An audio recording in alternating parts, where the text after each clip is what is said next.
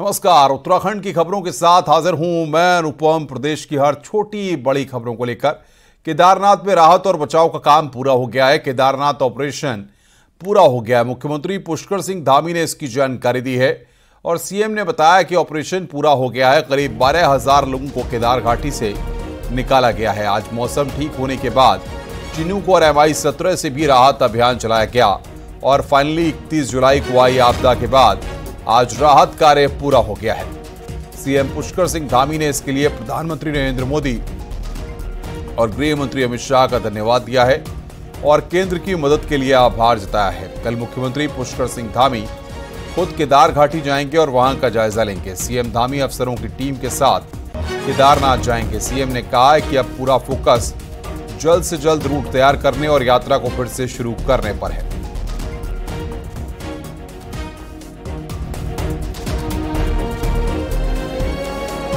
केदारनाथ का रेस्क्यू अभियान लगभग कंप्लीट हो गया है और एक बड़ी संख्या जो देश भर के श्रद्धालुओं की थी उनको सुरक्षित निकाला जा चुका है। हेलीकॉप्टर से भी रेस्क्यू अभियान किया गया है। राज्य के भी हेलीकॉप्टर लगे थे। इसके साथ साथ आदरणीय प्रधानमंत्री जी का, आदरणीय गृह मंत्री जी का मैं धन्यवाद करता हूं कि भारत सरकार की तरफ से चिनूक हेलीकॉप्टर, MI ये सभी हमको उपलब्ध हुए, जिसके कारण से हम सुरक्षित निकाल पाए। और अब हमारा पूरा फोकस है कि जल्दी से जल्दी जो मार्ग क्षतिग्रस्त हो गया है, पुल क्षतिग्रस्त हो गए हैं, भूस्खलन के कारण से जहां सड़क पूरी तरह से प्रभावित हो गई है, बह गई है, बिजली की लाइनें, पेयजल की लाइनें, दूरसंचार की लाइनें, उनको जल्दी से जल्दी ठीक किया जाए, उनका पुनर्निर्माण का काम किया जाए। केदार घाटी में आई आपदा के बाद केदारनाथ यात्रा को लेकर सबसे बड़ी खबर है। अगले 2 हफ्ते में यात्रा को फिर से शुरू करने की बड़ी तैयारी हो रही है। सीएम धामी के निर्देश के बाद आज आपदा प्रबंधन सचिव विनोद सुमन, PWD सचिव पंकज पांडे और गढ़वाल कमिश्नर विनय शंकर पांडे ने केदार घाटी का दौरा किया और उसके बाद केदारनाथ यात्रा शुरू करने का मेगा प्लान बनाया गया है। अब इसके लिए क्या क्या होने जा रहा है वो आपको बताते हैं। केदारनाथ, गरुचट्टी और लिंचोली के बीच जो पुराना रास्ता था वो इस बार बारिश से प्रभावित नहीं हुआ है, तो उसे वैकल्पिक रास्ते के तौर पर इस्तेमाल करने का प्रस्ताव दिया गया है और इसके साथ ही 10 फोल्डिंग ब्रिज भी तुरंत चिनूक के जरिए केदारनाथ तक भेजे जाएंगे। सोनप्रयाग से गौरीकुंड के बीच अस्थायी रास्ता बनाने के लिए तुरंत काम दिया जा रहा है और हर साइट पर इंजीनियर तैनात किए जा रहे हैं। जंगल चट्टी और घोड़ा पड़ाव समेत कुल 29 साइट्स पर एक साथ काम शुरू होगा और साइट पर कम से कम 10 मजदूर होंगे और जरूरत पड़ने पर मजदूरों को बढ़ाया जाएगा। बिजली की लाइन, पोल और ट्रांसफार्मर को भी तुरंत ठीक करने के लिए काम शुरू हो गया है। तो पूरे रूट पर 500 से ज्यादा मजदूर तैनात किए जाएंगे। केदारनाथ यात्रा के लिए मेगा प्लान बनाया गया। गरुचट्टी वाला रूट इस्तेमाल हो सकेगा। पुराने रूट के लिए प्रस्ताव भेजा गया है।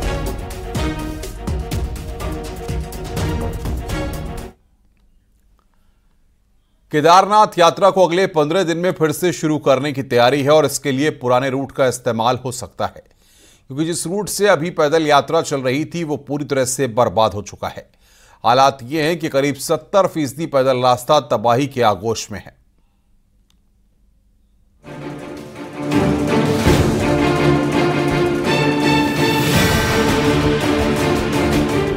केदारनाथ और केदारनाथ ट्रैक पर जब 10,000 से ज्यादा यात्री मौजूद थे, तब 31 जुलाई की रात को हुई मूसलाधार बारिश ने केदारनाथ पैदल ट्रैक पर भीषण तबाही मचा दी।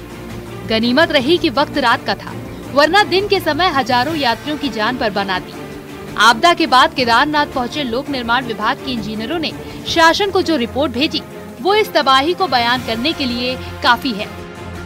रिपोर्ट के मुताबिक 16 किलोमीटर का ये पैदल रास्ता 21 जगह पूरी तरह ध्वस्त हुआ है। ध्वस्त हुए हिस्से की कुल लंबाई 11 किलोमीटर है, यानी करीब 70% रास्ता बर्बाद हो गया। गौरीकुंड में घोड़ा पड़ाव के पास 15 मीटर ट्रैक पूरी तरह वॉश आउट हो गया। जंगल चट्टी के पास 2 जगह रास्ता ध्वस्त हुआ। एक जगह 70 मीटर, दूसरी जगह पर 10 मीटर हिस्सा पूरी तरह खत्म। भीमवली से रामबाड़ा के बीच 4 जगह रास्ता पूरी तरह ध्वस्त हो गया। इसमें 3 पुल भी बह गए।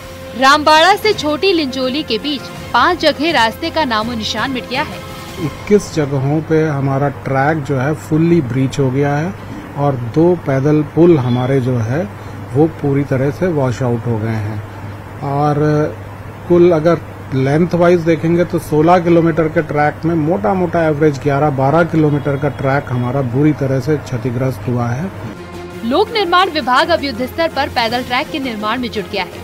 पहली प्राथमिकता 2 फीट चौड़ा ट्रैक तैयार करने की है ताकि जरूरी सामान पहुंचाने के लिए रास्ता बनाया जा सके। इसमें भी कम से कम 10 दिन का वक्त लग सकता है। इसी रास्ते को बाद में 6 फीट चौड़ा किया जाएगा और इस पूरी प्रक्रिया में कम से कम 40 दिन का समय लगेगा। अब पीडब्ल्यूडी ने सभी डिवीजन के गैंगमैन को केदारनाथ बुला लिया है। फर्स्ट प्रायोरिटी हमारी ये है कि एक ट्रैक 2 फीट का ट्रैक हम ऐसा कर सकें जो एसेंशियल चीजों का मूवमेंट और कम्युनिकेशन हो सके।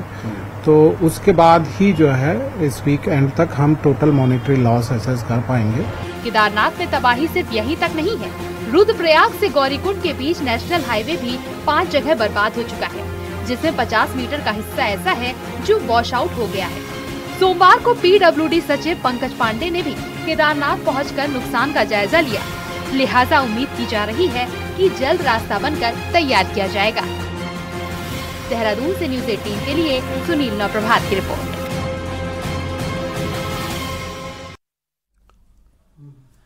केदारनाथ घाटी में आई आपदा के बाद हजारों की संख्या में श्रद्धालु अलग अलग जगह पर फंस गए थे, जिनका रेस्क्यू करने के लिए भले ही एसडीआरएफ और पुलिस प्रशासन की टीम लगी हो, लेकिन इन्हीं जवानों और फंसे हुए यात्रियों की मदद करने आर्मी से रिटायर्ड जवान जितेंद्र भी पहुंचे। जितेंद्र केदार घाटी के रामपुर के रहने वाले हैं। जितेंद्र ने कई दुर्गम रास्तों से यात्रियों को अपने कंधों पर उठाकर रास्ता पार कराया।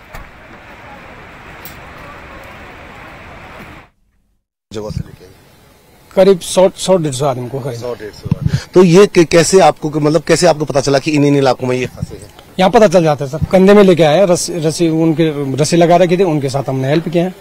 फिर जहाँ पर हमको जो दिखा, छोटे बच्चे, ज्यादातर मैं छोटे बच्चों को ले आया हूँ और जो बुजुर्ग आदमी में महिलाएं वगैरह हैं उन लोगों को हमें लेके आए ऊपर से अपने पीठ में।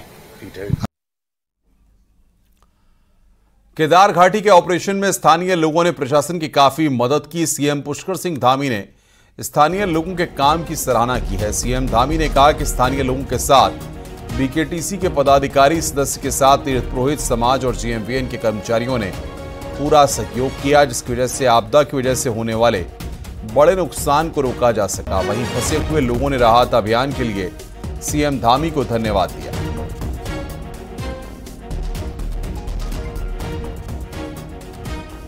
हम 31 तारीख को बाबा केदारनाथ के वहाँ पहुँच गए थे। तब से लेके आज 5 तारीख है, तब तक वहाँ पे जो भी सुविधा हमें मिली उनका मैं अपने दिल से बहुत ही आभार व्यक्त करता हूँ। बहुत ही अच्छा लगा मेरे को। हम गंगोत्री से केदारनाथ पैदल यात्रा करके केदारनाथ पहुँचे थे। 1 तारीख को वहाँ पर रास्ते में जो भी वो हुआ आपदा आई, लैंडस्लाइड हुआ, उसके कारण हम नीचे नहीं जा सके और 4-5 दिन हमने सरकार की व्यवस्था जो थी उसमें हमने अपना बोले हैं। जो हम आए हैं धीरे धीरे करके सब आने लग रहे हैं। पहले भी आ चुके हैं नीचे, जो खतरा था ऊपर, और बहुत ही अच्छा लगा इंतजाम सरकार के द्वारा। देहरादून में सीएम धामी ने सूचना विभाग की समीक्षा मीटिंग ली, जिसमें पत्रकार कल्याण कोष की धनराशि बढ़ाई गई। इसमें 5 करोड़ से बढ़ाकर 10 करोड़ कर दिया गया है। मान्यता प्राप्त पत्रकारों का कोटा भी बढ़ाया गया है। तहसील स्तर के पत्रकारों को भी मान्यता मिलेगी। साथ ही सोशल मीडिया की पॉलिसी भी सरकार बदलेगी। कोष आज 5 करोड़ रुपए बढ़ा दिया है। ब्लॉक स्तर तक हम मान्यता देने के लिए आगे काम करने जा रहे हैं। जो कोटा है मान्यता प्राप्त पत्रकारों का उसको बढ़ा रहे हैं और ग्रुप इंश्योरेंस को भी जो है परीक्षण करके उसको भी लागू करने की दिशा में हम आगे बढ़ रहे हैं। तो बहुत सारे काम हम लोग कर रहे हैं, तो इस दिशा में भी आगे बढ़ेंगे। उत्तराखंड वक्फ बोर्ड के चेयरमैन शादाब शम्स ने वक्फ एक्ट संशोधन बिल लाने का स्वागत किया है। शादाब शम्स का कहना है कि इससे बेलगाम वक्फ बोर्ड पर लगाम लगेगी। जो लोग एक्ट में संशोधन का विरोध कर रहे हैं उन्होंने इसे अपनी बकौती समझ लिया है। शादाब शम्स ने उत्तराखंड का जिक्र करते हुए कहा कि बोर्ड गरीबों को मदद पहुंचाने के लिए बनाया गया था, लेकिन कुछ लोगों ने इसे लूट खसोट का अड्डा बना दिया है। शादाब शम्स ने कहा कि हिंदुस्तान का सबसे बड़ा भ्रष्टाचारी कोई है तो वो वक्फ बोर्ड है। वक्फ एक्ट आने से कहीं ना कहीं जो बेलगाम वक्फ बोर्ड हो गया है उसके ऊपर लगाम लगेगी और ये देश हित में है, ये न्याय हित में है। और मुझे ऐसा लगता है कि जिस तरह से इसका लगातार विरोध किया जा रहा है, जो लोग विरोध कर रहे हैं, चाहे वो ओवैसी साहब हों या मुस्लिम पर्सनल लॉ बोर्ड हो या बहुत तथाकथित मुसलमानों के ठेकेदार हों, मुझे लगता है कि उन्होंने इसे अपनी बपौती समझ लिया है। उत्तराखंड कांग्रेस में नेताओं के चेहरे दिखते हैं, लेकिन इन चेहरों में ऐसी महिला नेता नजर नहीं आती जो पार्टी का बड़ा चेहरा हो। सीनियर नेता इंदिरा हृदय के निधन के बाद प्रदेश लेवल पर यह कमी पार्टी को 2027 में भारी भी पड़ सकती है। देखिए हमारी रिपोर्ट।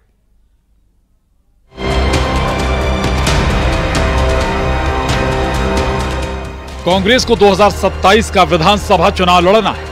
उत्तराखंड में आधी आबादी का वोट हासिल करना है, लेकिन उसी कांग्रेस में कोई महिला चेहरा नजर नहीं आता जो लीड करता दिखे। ऐसी महिला नेता जो जनता को स्वीकार हो और जिसकी गिनती राज्य के सीनियर नेताओं में होती हो।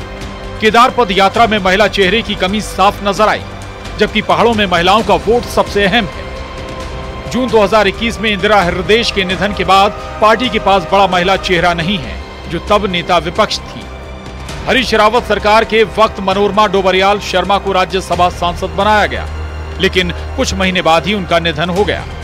हरीश रावत सरकार में ही विधायक रही रेखा आर्य बीजेपी में शामिल हो गईं, जो अब धामी सरकार में अकेली महिला मंत्री हैं। 2022 चुनाव से पहले कांग्रेस की महिला प्रदेश अध्यक्ष सरिता आर्य भी बीजेपी में शामिल हो गईं। हालांकि कांग्रेस में बड़े चेहरे के तौर पर पहचान नहीं मिल पाई।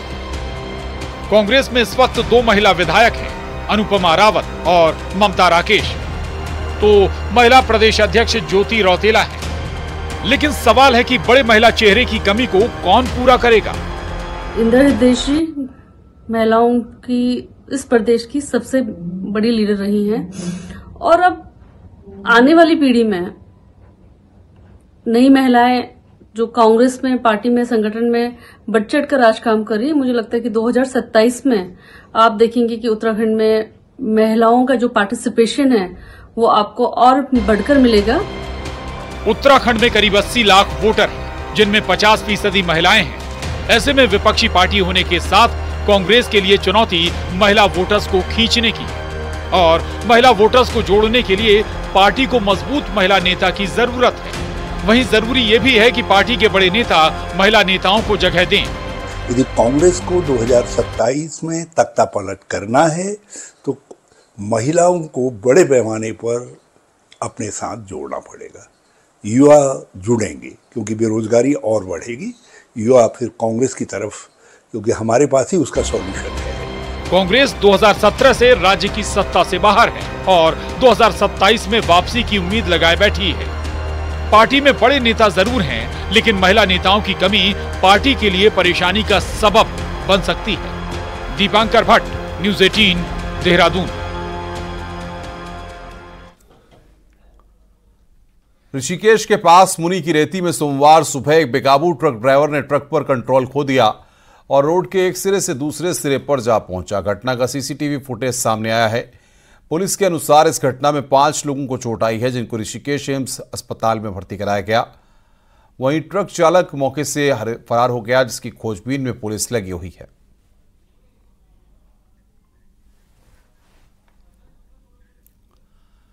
देहरादून रेलवे स्टेशन के बाहर टैक्सी स्टैंड संचालकों और सेना के जवानों में मारपीट हो गई। बताया जा रहा है कि ट्रेन से लौट रहे सेना के जवानों की टैक्सी स्टैंड संचालकों में किसी बात को लेकर कहासुनी हो गई। इसके बाद सादी वर्दी में सेना के जवानों ने टैक्सी स्टैंड के ऑफिस में घुसकर वहां मौजूद कर्मचारियों की जमकर पिटाई कर दी।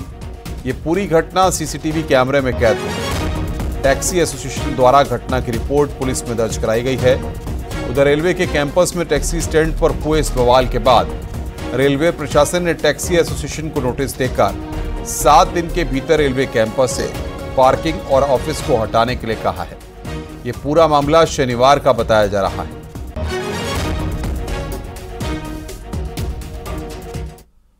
आगे बढ़ते हैं। अल्मोड़ा में 24 गांव के लोग आंदोलन कर रहे हैं। गांव को नगर पालिका में शामिल करने का गांव के लोग विरोध कर रहे हैं। गांव के लोगों का आरोप है कि बिना गांव को सूचना दिए हुए ही गांव को नगर पालिका में शामिल करने की प्लानिंग कर दी गई। इसका अब गांव के लोग विरोध कर रहे हैं। वहीं कांग्रेस ने भी गांव के लोगों के विरोध का समर्थन किया है। लोग नगर पालिका का विरोध इसलिए कर रहे हैं कि ग्राम पंचायतों को जो नगर पालिका में मिलाने का काम कर रहे हैं, ये सरकार बहुत ही गलत काम कर रही है। क्योंकि ना आज तक ग्राम प्रधानों से, ना बीटीसी मेंबरों से, ना जिला पंचायत सदस्यों से किसी के पास एक प्रस्ताव तक नहीं आया कि आप सम्मिलित होना चाहते हैं या नहीं होना चाहते। अभी सरकार फिर इन गाँव को शहर में शामिल करना चाह रही है और हमारा ये कहना है कि बिना गांव के लोगों को, ग्रामीण के चाहे सम्मानित प्रधान हो, क्षेत्र पंचायत हो, जिला पंचायत, गांव के लोगों को विश्वास में लिए हुए इस ग्रामीण क्षेत्र को शहर में सम्मिलित नहीं किया जाना है, नगर निगम में सम्मिलित नहीं किया जाना चाहिए। रुक रहे हैं यहां पर ब्रेक के लिए। खबरों का सिलसिला लगातार जारी है।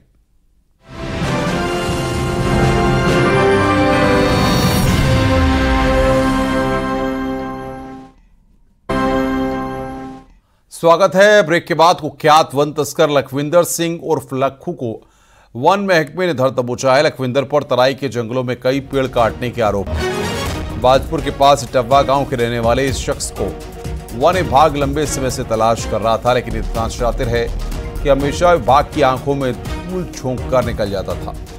हालांकि इसके दो सहयोगी अभी भी विभाग को चकमा देकर भाग निकले। एक ये लखविंदर सिंह उर्फ लक्खू है, ये काफ़ी पुराना तस्कर है और लगातार घटनाएं करता रहा। हम लोग काफ़ी समय से इसके पीछे थे। चोरी लगातार ये लेकिन हाथ नहीं आ रहा था। आज सुबह सूचना प्राप्त हुई ये कहीं पर मिला बैठा हुआ है, तो वहां पर जाकर के छापा मार के इसको। नैनीताल के कैंची धाम के कायाकल्प की तैयारी है। मानसखंड के तहत यहां मल्टी स्टोरी पार्किंग के निर्माण के लिए टेंडर प्रक्रिया शुरू की गई है। तो मेडिटेशन सेंटर और ओम पुल पाथवे पार्क निर्माण का काम शुरू होने हैं। वहीं पार्किंग स्थल के ऊपर हेलीपैड भी तैयार किया जाना है। इन विकास कार्यों पर कुल 28 करोड़ से ज्यादा का काम किया जाना है। टेंडर प्रक्रिया पूर्ण हो गई है। विभाग के द्वारा कार्य प्रारंभ कर दिए गए हैं। अभी हमारा जो प्रयास है, अगले मेले से पहले जो भी आवश्यक जन सुविधाएं हैं, जिसमें पार्किंग है और अन्य व्यवस्थाएं हैं, पुल है, वैकल्पिक, ये सब व्यवस्थाएं अगले मेले से पहले हम लोग पूर्ण कर लें, ताकि जो भीड़ रहती है और उसकी वजह से अव्यवस्था की स्थितियां उत्पन्न होती हैं, वो चीजें उत्पन्न ना हो। रुड़की में हरियाली तीज का त्यौहार बड़ी धूमधाम के साथ मनाया जा रहा है। महिलाएं जगह जगह कार्यक्रमों का आयोजन कर रही हैं, जिसमें महिलाएं नाच गाने के साथ झूला भी झूलती हैं। साथ ही मेहंदी, डांस सहित कई तरह की प्रतियोगिताएं भी आयोजित की जाती हैं। महिलाओं का कहना है कि तीज के त्यौहार में पति की लंबी आयु के लिए 16 श्रृंगार के साथ हरे कलर की ड्रेस पहनते हैं, जो कि सावन को दर्शाता है। आज हम यहाँ तीज का त्यौहार मनाने एकत्रित हुए हैं और तीज का त्यौहार बहुत ही पावन त्यौहार है, जो कि सावन माह में मनाया जाता है और सभी स्त्रियाँ इस त्यौहार को मनाती हैं। इस त्यौहार पे हम शिव जी और पार्वती जी का आह्वान करते हैं, उनको याद करते हैं, उनकी पूजा करते हैं। तीज का त्यौहार है, इसमें हम महिलाएं इतनी उत्साहित होती हैं। एक तो इसमें हम ग्रीन कलर के कपड़ों पहनते हैं, सजते हैं, संवरते हैं। इसकी हम तैयारियां 15 दिन से पहले ही करने लगते हैं। हमारे मायके से हमारे लिए बहुत सामान आता है। रुक रहे हैं यहां पर ब्रेक के लिए। खबरों का सिलसिला लगातार जारी है।